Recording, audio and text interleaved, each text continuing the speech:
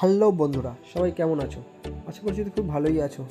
আজ রবিবার, সকালে ঘুম থেকে উঠে বেরিয়ে পড়েছিলাম মাছ বাজারের উদ্দেশ্যে। প্রথমে গিয়ে একটা মাছ কিনে ভালো করে ছাড়িয়ে কাটাই করে নিই। কাটাই করার পর আমি নিয়ে নিই পটল কিনে আমি সোজা বাড়ি চলে আসি। বাড়িতে এসে দুপুরবেলা খাওয়া দাওয়া করে সন্ধ্যেবেলা বেরিয়ে পড়ি একটু ঘুরুঘুরির উদ্দেশ্যে। ঘুরতে গিয়ে দেখি না হঠাৎই বাইকের পেট্রোল শেষ। কী করবো? তারপরে পেট্রোল ভরিয়ে দিই। পেট্রোল ভরিয়ে আমরা চলে যাই ঘুগনি খাওয়ার উদ্দেশ্যে। এক ঘুগনি কাকার কাছে চলে গেলাম ঘুগনি খেতে। সেখানে গিয়ে আমরা ঘুগনি খেয়ে নিলাম। ঘুগনি খেয়ে কী করবো ভেবে পাচ্ছিলাম না। তারপরে হঠাৎ মাথায় এলো, চল বলে আমরা হেলমেট দেখতে যাই। গিয়ে হেলমেটগুলোকে আমরা দুজনে পরে দেখছিলাম।